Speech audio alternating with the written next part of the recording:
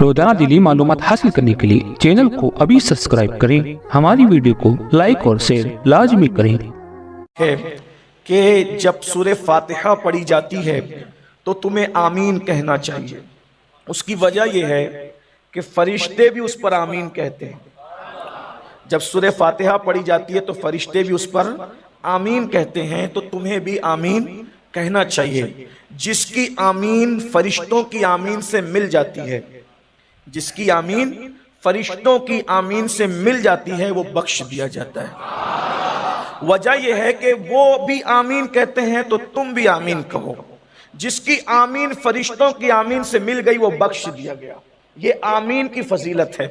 اور درود شریف پڑھتے رہو، درود شریف پڑھو۔ کیوں پڑھو درود شریف؟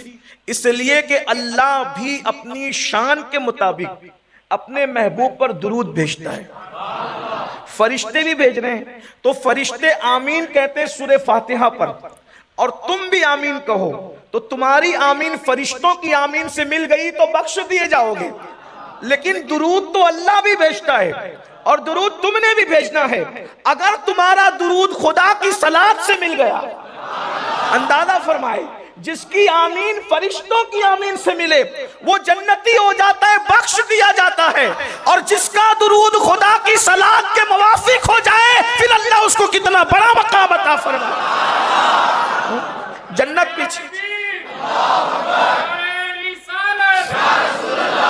جنت پیچھے رہ جاتی ہے، اس لیے کہ جنت تو اس کو ملتی ہے جس کی آمین فرشتوں کی آمین سے مل جائے۔ جس کی صلاۃ خدا کے صلاۃ کے موافق ہو جائے پھر اللہ اس کو مقام کتنا بڑا عطا فرمائے گا۔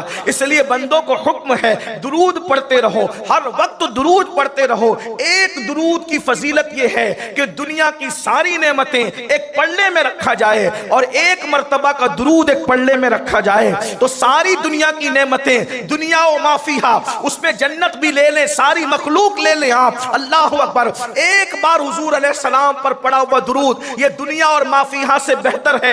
اس لیے کہ درود کا کوئی صلہ ہی نہیں بنتا، درود کا کوئی صلہ ہی نہیں بنتا۔ اللہ اکبر، درود پڑھنے والا کتنا محترم ہے، کتنا مکرم ہے۔ آقا ارشاد فرماتے ہیں، اللہ اکبر، نماز کی اہمیت اپنی جگہ ہے، روزے کی اہمیت اپنی جگہ ہے، زکوٰۃ کی اہمیت اپنی جگہ ہے، حج کی اہمیت اپنی جگہ ہے، صدقات کی اہمیت اپنی جگہ ہے۔ نماز پڑھو تو ثواب ملے، روزہ رکھو تو ثواب ملے، حج کرو تو ثواب ملے، بلکہ اللہ اکبر زکوٰۃ دو تو ثواب ملے۔ ساری نعمتیں، سارے جو عبادتوں کا صلہ جدا جدا ہے، لیکن اے درود پڑھنے والے، جب تو درود پڑھتا ہے تو کتنا ثواب ملتا ہے یہ اپنی جگہ، جنت ملتی ہے یہ اپنی جگہ، خدا کا قرب ملتا ہے اپنی جگہ۔ لیکن درود پڑھنے والا کتنا عزت دار ہو جاتا ہے، کتنا محترم ہو جاتا ہے، کتنا مکرم ہو جاتا ہے۔ آقا ارشاد فرماتے ہیں، من صلی علیہ واحدہ، جو مجھ پر ایک بار درود پڑھتا ہے اللہ اس پر 10 مرتبہ درود نازل کرتا ہے۔ یعنی جب تم درود پڑھتے ہو تو اللہ کے نزدیک اتنے عزت والے ہو جاتے ہو کہ اللہ تم پر درود بھیجتا ہے۔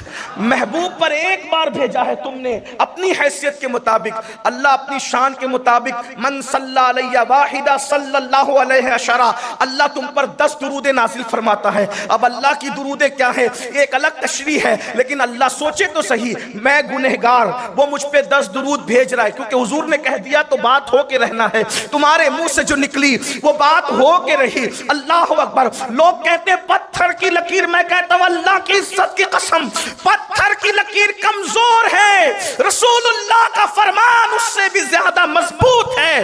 ہمارا ایمان ہے حضور نے کہا ہے تو ہو کے رہے گا۔ میں گنہگار، میں مجرم، میں سیاکار، ایک بار کیا درود بھیجا محبوب پر، اللہ مجھ پر 10 مرتبہ درود نازل فرما۔ اس سے بڑھ کر کوئی صلہ ہو تو بتاؤ۔ جنت پیچھے رہ رہی ہے اس لیے کہ خدا جس پہ درود بھیجے کوئی معمولی انسان ہے وہ، لیکن یہ صلہ ملتا کب ہے؟ نماز کی اہمیت اپنی جگہ ہے، نماز پر ثواب ملتا ہے، لیکن محبوب پہ درود پڑھو تو اللہ تم پہ 10 بار درودیں بھیجتے ذرا۔ اور پھر ایک خاص بات، جس پر خدا درود بھیجے تو کیا اس پہ وہ توجہ نہیں فرماتا رحمت کی؟ ہر بندہ چاہتا ہے نا اللہ مجھ پہ نگاہ رحمت فرمائے، توجہ فرمائے، تو توجہ کتنی بار ہوگی؟ ایک بار حضور پہ درود بھیجو گے 10 بار رحمت کی برسات ہوگی، 10 بار تم پہ درود بھیجا جائے گا۔ ہے اس پر کوئی؟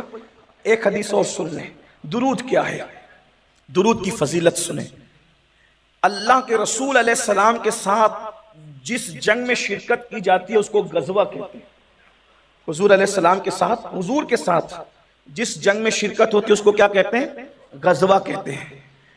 جو غزوے میں شریک ہو اس کو اللہ 400 حج کا ثواب عطا فرماتا ہے. اس پر آپ کو چونکہ خانقاہ میں بیٹھے ہیں تو اپنی زندگی کا احساس دلانے کے لیے کچھ بولنا چاہیے. بات بہت بڑی ہو رہی ہے، اور جب مومن خوش ہوتا ہے تو وہ سبحان اللہ ہی کہتا ہے.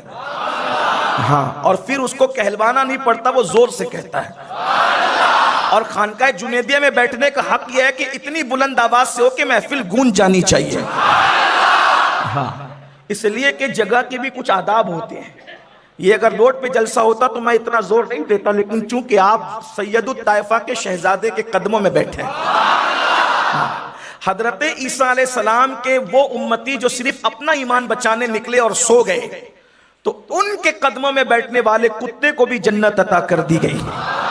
لیکن سید الطائفہ کا وہ بیٹا جو اپنا ایمان بچانے کے لیے سویا نہیں بلکہ لاکھوں کا ایمان بچانے کے لیے بغداد چھوڑ کر کے گلبرگہ آ گیا، جو اس کے قدموں میں بیٹھے پھر اس کو بھی بہت کچھ ملنا ہے نا.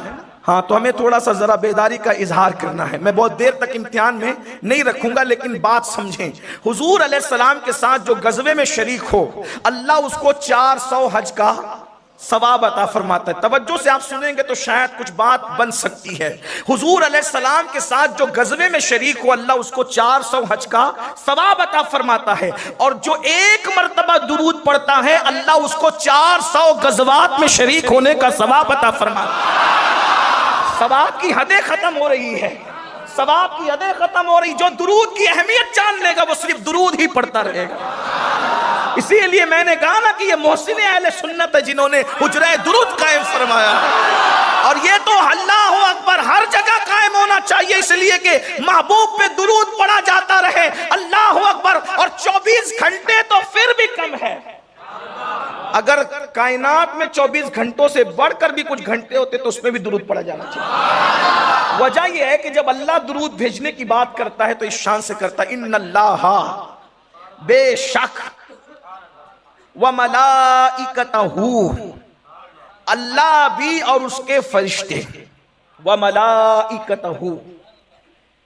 جو لوگ عربی پڑھاتے ہیں، میں تو بہت چھوٹا سا طالب علم، وہ جانتے ہیں یہ وملائکہ یہ نہ واحد ہے، نہ تثنیہ ہے، اور نہ جمع قلت ہے، بلکہ یہ وملائکہ یہ جمع کثرت ہے. اور جب جمع کثرت ہے تو اس میں کتنی کثرت ہے اس کا اندازہ کسی کو نہیں ہے. ان اللہ وملائکتہ یصلون علی النبی، اللہ اور اس کے فرشتے درود بھیجتے ہیں نبی پر. کس پر بھیجتے ہیں؟ نبی پر. اور پھر آگے حکم ہے یا ایھا الذین آمنو، اے ایمان والو، صلو علیہ، تم بھی ان پر درود بھیجو، وسلموا تسلیما، اور کثرت کے ساتھ سلام بھیجو. اب یہ اللہ بھی درود بھیجتا ہے اپنی شان کے مطابق، اور اس کے فرشتے بھی درود بھیجتے ہیں اپنی حیثیت کے مطابق، اپنی طاقت اور قوت کے مطابق. کس پر؟ نبی پر. تم بھی مومنوں بھیجو. میں ادھر گفتگو کرنے سے پہلے ادھر کر لوں. یعنی مومنوں کو حکم ہے درود بھیجو. کس کو بھیجو؟ نبی پر درود بھیجو. مطلب جو درود پڑھتا ہے اس کے ایمان کی گواہی اللہ دے رہا ہے. درود پڑھنے والوں کے ایمان کی گواہی اللہ دے رہا ہے. اور جس کے ایمان کی گواہی اللہ دے پھر اس کے بارے میں ملا کچھ بھی کہتا پھر وہ تو جنت ہی میں جانا ہے. اندازہ فرمائے اللہ جس کے ایمان کی، یہ درود پڑھنے والوں کی شان ہے. جو نبی کی شان کو سامنے رکھتے ہوئے اللہ نے نبی کو جیسا بنایا اس کے مطابق نبی کو مان کر جو درود پڑھ رہا ہے اس کے ایمان کی گواہی کوئی دے نہ دے، اللہ اس کے ایمان کی گواہی دے رہا ہے. ایمان والا اس کو اللہ کہہ رہا ہے. اور اس کے بعد اللہ اکبر مومنوں کی علامت قرار پائی درود و سلام پڑھنا. الحمدللہ دیکھ لیجئے، اسی لیے پوری کائنات کے اندر نبی پر درود و سلام اگر کہیں سے جاری ہے تو وہ اہل سنت و جماعت ہے. یہاں درود بھی ہے، یہاں سلام بھی ہے. کچھ لوگ درود